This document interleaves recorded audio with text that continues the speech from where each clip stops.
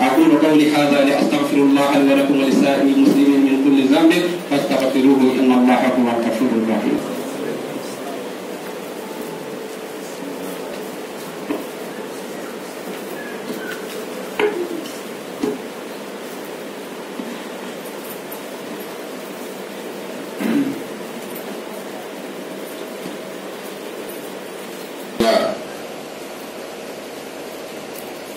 الحمد لله الذي فرض الصلاة على عباده المؤمنين والمؤمنات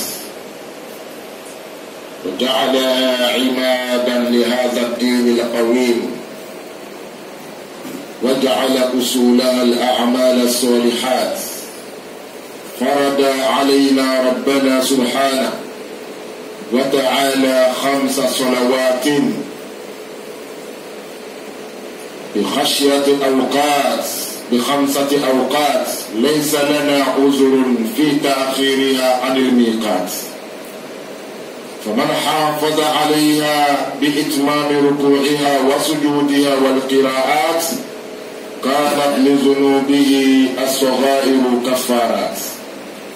أحمده سبحانه وتعالى وأسأله المزيد من فضله في جميع الأوقات.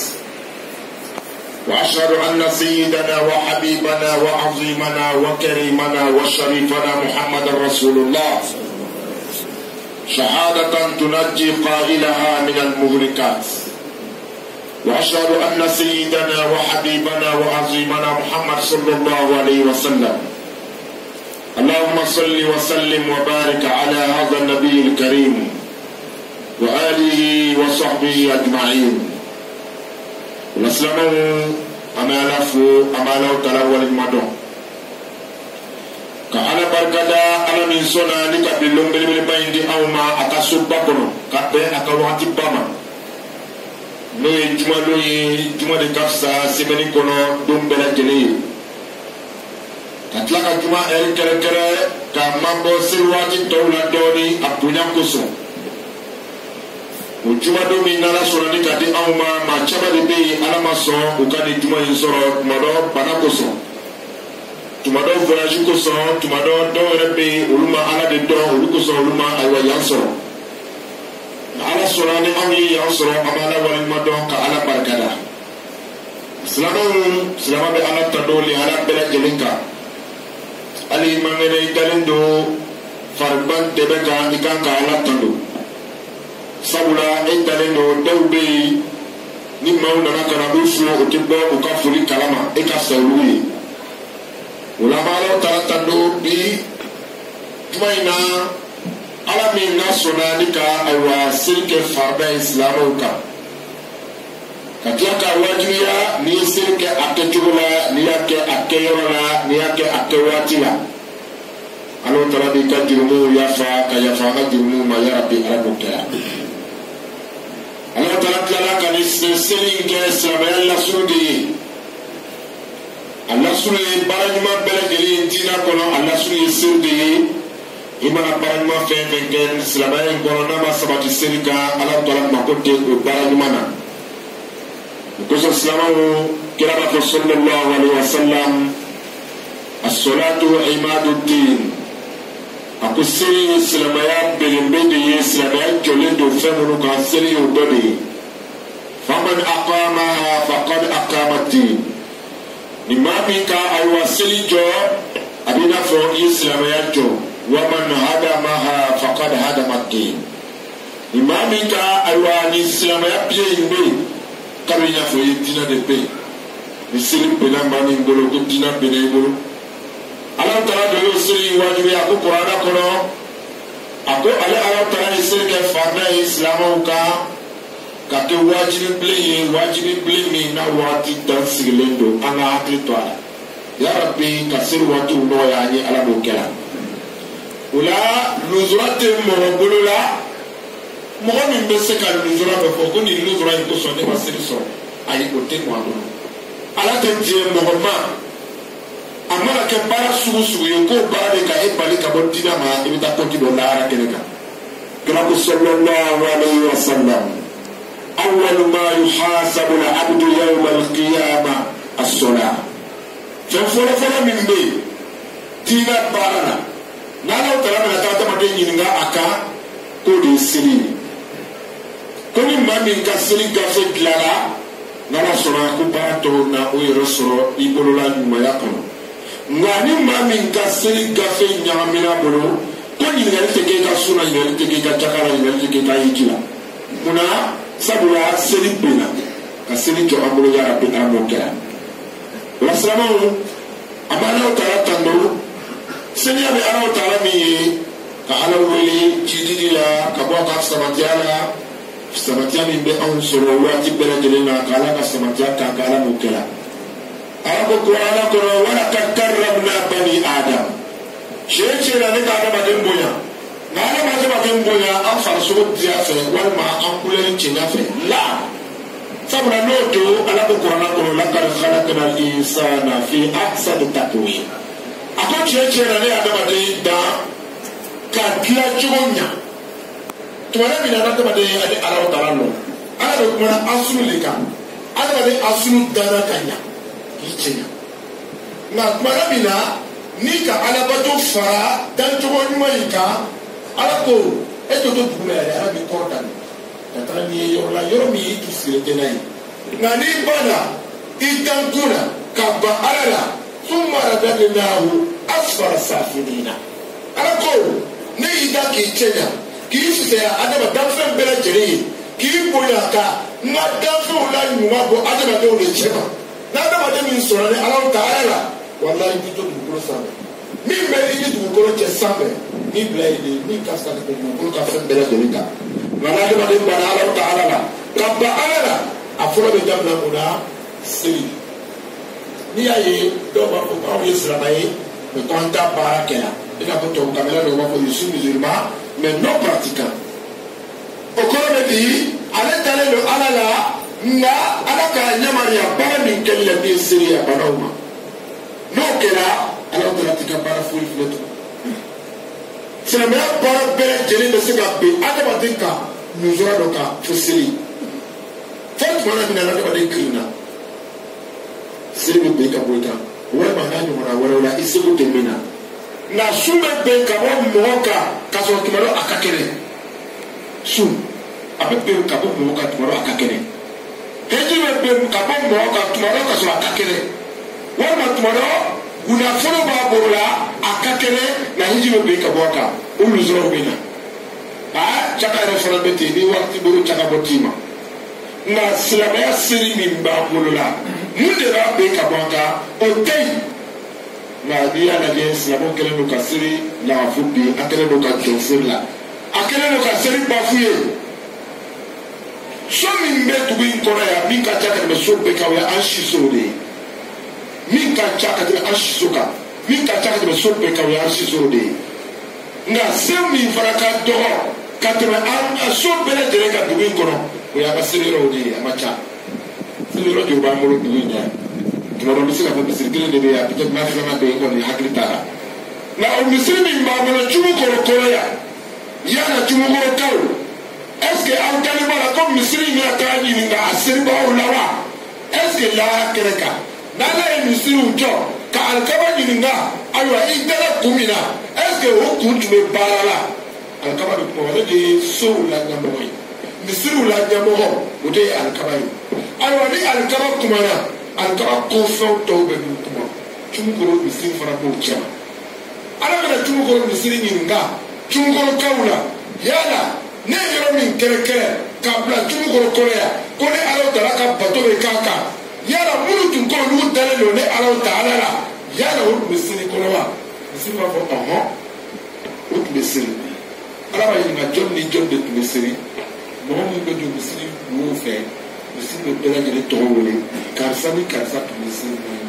o y'a sɔrɔ dɔw ɲɛ bɔsɔlen don misiri t'olu tɔgɔ wele fiyewu k'a sɔrɔ olu tun b'o yɛrɛ kɔntera silamɛw cɛma silamɛw ala kana taa an bɛɛ lajɛlen ɲininka ala ka kira ko sallallahu alaihi wasallam inna allaha sa'ilu kulla ra'in amma stara'ahu hafizahu am dayya'ahu lutigiw silamɛw ala bɛna ɲininka aw filɛ nin ye misiri kɔnɔ yan n'an nana ka na seli an denw don a ka denbaya don an k'o to jɔn bolo an k'an ka denbaya to jɔn bolo bi jumadon in na n'an kɛlen don ka misiri fa o ka ɲi c'est bon ça c'est très intéressant nka jɔn de kan ka an tiɲɛ ta an denbaya suratu mariama na ala b'a f'i ɲɛna fa khalafa min ba'dihim khalfun adaa'u as-salata واتبعوا الشهوات فسوف يلقون غيا إلا من تاب أنا بقول أنا كنت مولى أبي ولكن تاكي أنا بتوي كاتبوا أنا تراكو كاسري أكتولا أكيلا أكتوانا أتودا وخلف من بعدهم خلف منو نلاقو تشينتا أولو ما سري نيالو سبلا وفاومو كاسرلا وفاومو بورنا كنا مسرلا mɔlɔ ta misiri dɔ la ko denmisɛnw bɛ yen ɛ bɔ kɛnɛ ma n'an y'u bɛɛ ko ka bɔ kɛnɛ ma jɔn de bɛna seli n'an ye ko denw bɛ to misiri la yan de u bɛ toro la malikɛlaw bɛ toro la nka imamu bɛ fatiya min kalan denmisɛn minnu ka teli ka na misiri la a bɛ imamu ka fatiya kalan cogo bɛɛ la tiɲɛ wa tiɲɛ o bɛ kɛra o ka yɛlɛ i la ko den kan ka tugu an kɔ tiɲɛ don denw bɛ toro nka den fitiniya laada ye tulo de ye nka ni den fitiniya laada ye tulo ye n'o nana n'an ye an b'o bila kɔfɛ kira sallallahu alaihi wasallam a ka misiri la denmisɛnw tun bɛ na o kira a denmuso min ye Fatimatu Zahra alayha salam a mɔmɔden fila min ye Hasan wa Hussein o tun bɛ na ni kira ye Muhammadu sallallahu alaihi wasallam fo tun bɛ na fo minibaro la tuma dɔ ni kira ka sujuru bɛ yen fo Hussein tun bɛ sigi kira Muhammadu kɔ kan ka kɛ so ye o sɛbɛnni b'an bolo nka n'an bɛna k'an denw lana misiri la o tɛ na juma na an tɛ na n'o ye fitiri la an tɛ na n'o ye sanfo la juma kuma tɛ selifana kuma tɛ lagadara kuma tɛ n'an tɛ yen don min na ala ko nin ko tuma dɔ selikɛla ɲumanw bɛ taga minnu bɛna o tiɲɛ ta a dɔw u sɔrɔ a bɛ seli cɛ o bɛ paseli la wa taba u shahawat deni fitini dɔ tun bɛ yen don dɔ la ne ko a ma k'i bɛ taa misiri la wa komi baba tɛ taa misiri la ko jɛgɛ bɛ de ta o ma deni fitini san saba san naani ko mali i ka ɲinɛ ko ma taa misiri la ko komi fajɛ tɛ taa misiri la ko jɔn fana ma taa n ka don duniya de kɔnɔ den de b'a fɔ la ale fa tɛ taa ko a ma taa jaa bɛ taa ni den ye yɔrɔ min na ni den don min na a bɛ taa yen sisan an y'an denw tugu a yɛrɛ kɔnɔ an kana denw to su kɔnɔ dɛ ka denw bɛɛ hɛrɛ bɔ kɛnɛ ma hɛrɛ bɔ ka ca wuli mɔgɔ dɔ kan ka sɔrɔ ka denw kanalize silamɛw seli ye koba de ye a to bɛ kalan de seli bɛ kalan de ala taara k'o fiye kɔnɔna kɔnɔ a ko seli ka gbɛlɛ a ka gbili mɔgɔ dɔw kan maa tɛ gbili yɛ kan gansan o n'i ma deli a la a bɛ gbili yɛ kan a ko seli ka gbili dɛ a ka gbili dɔw kan a ma nɔgɔ mɔgɔ dɔw ma kelen o seli yɛ n'aw taara k'o d'a ma kelen bɛ di kira Muhammadu sallallahu alaihi wasallam a dama dugukolo kan na k'an dama ko sabaro wolonwula de la ka yɛlɛla ko seli jɔyɔrɔ ka bon diinɛ in na kitabutigi b'a d'i ma ko ni mɔgɔ min ka seli kɛ a kɛcogo la k'a kɛ a kɛ yɔrɔ la k'a kɛ a kɛ wari la a kɛ wagati la ko yukaffiru anhu sayyi'ati ko n'aw taara bɛ yafa i ka jurumu ma ala bɛ yafa i ka jurumu ma silamɛw an ye siralaw taara ɲɛ an ye siralaw taara ɲɛ dɛ wari t'an bolo ka jakaw bɔ n'i y'a ɲininka silamɛw an b'an yɛrɛ kɛ ko wari t'an bolo ka jakaw mɔgɔ min bɛ yan min bɛ wari fara la ɲɔgɔn kan k'ale taa kuma kan a mɔgɔ ma ca an tɛ se ka taa hiji la an tɛna jaka bɔ ka di ɲɔgɔn ma an ka imamu ma an ka karamɔgɔw ma n'a sɔrɔ ko seli kelen min b'an bolo la ko tuma dɔ imamu n'a ka seli wolola fila de bɛ jɔ misiri la ka seli est-ce que anw jo b'a la tiɲɛ don an caman bɛ yen an bɛ taa baara la tu kɔnɔ ka taa tukɔnɔ baaraw kɛ ka taa sanu baaraw kɛ an ka lajɛ kɛ fɛn min ka di an ye an tɛ manqué o la dɛ a fɔ baara bɛ yen min ka gɛlɛn dugukolo ka gɛlɛn sanu ɲini kan a ka gɛlɛn dɛ o baara tɛ yen nka n'i taara sanu ayiwa damadaw la ka taa mɔgɔw sɔrɔ damadaw la i b'i kali ko dugu wulila de dugu dɔ de wulila ka taa sigi tu kɔnɔ tellement nafolo ka d'a ye silamɛw an kana kɛ duniya ɲini dɔrɔn ye an ye lahara ɲini mɛ nin kisa in f'u ɲɛna kisa min kɛra an yɛrɛ ka tile la dugu tɔgɔ fɔ de ye tile kɛlɛ ye arabuw tun bɛ to ka na wari di dugu dɔ mɔgɔw ma o ya juma misiri la parce que olu le ka misiri in jɔ donc san o san u ka jaga wari fara ɲɔgɔn kan ka don enveloppe la ka tila ka misiri mɔgɔw la san dɔ la mɔgɔw jɔlen tora yan lahazara mercedes tigi dɔ nana k'i jɔ misiri kɛrɛfɛ ka ten tuba k'i mɔgɔ naani b'a la o jiginna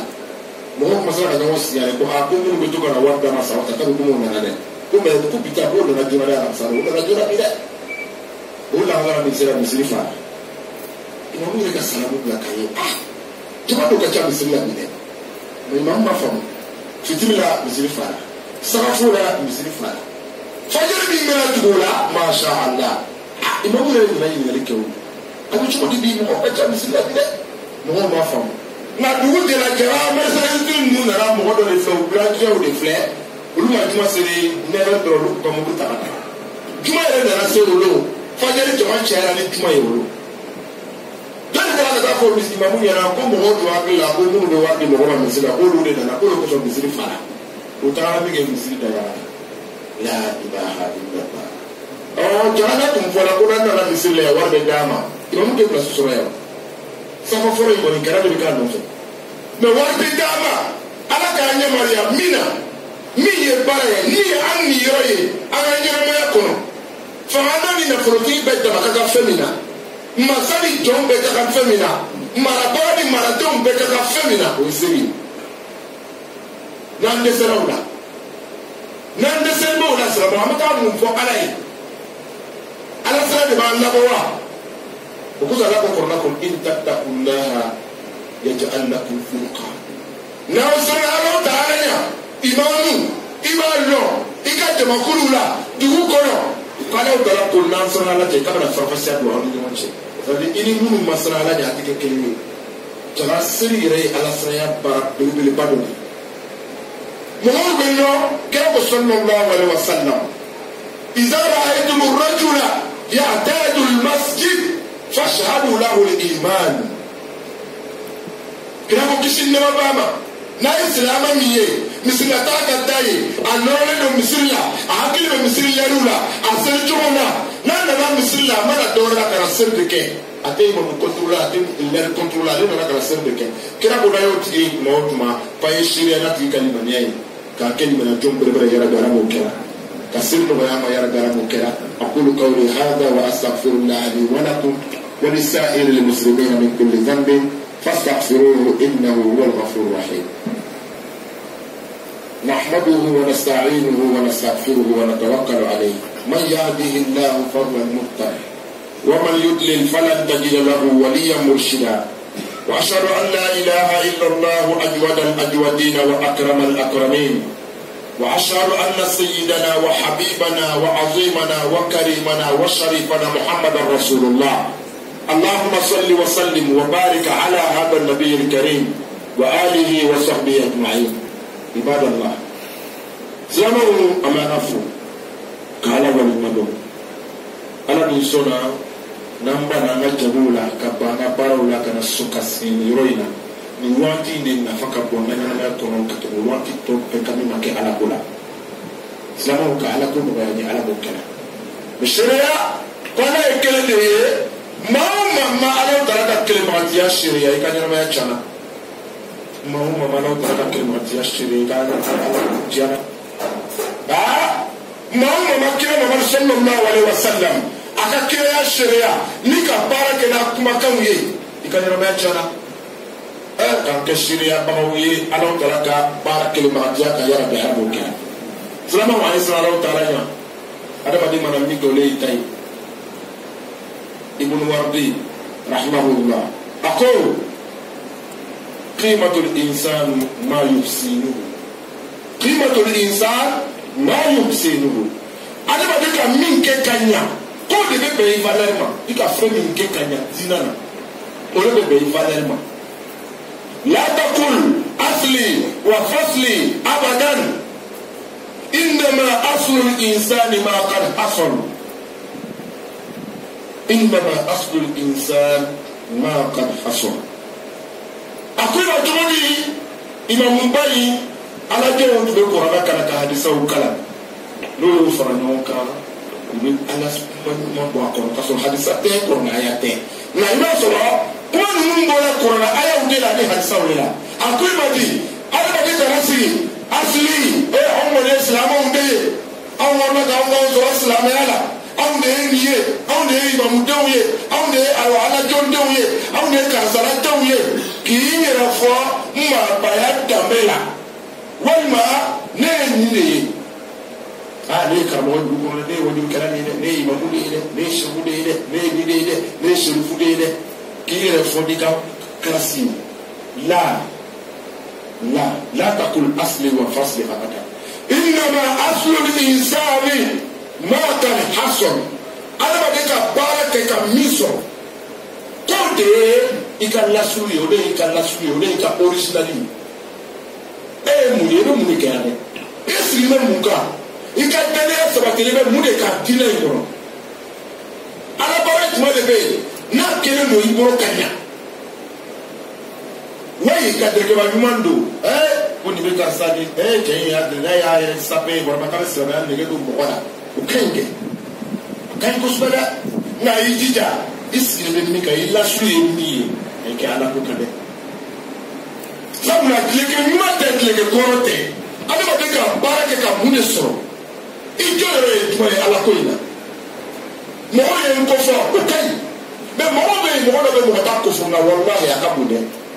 ne bɛ deli ka nin f'i ɲɛna ka kumaw la Abdoulaye ibn Mas'ud kana nahifu al-jism cɛ dɔ de a lɔ kun man ca a kolo ma bon kolo ka dɔgɔ mɔgɔ a man ca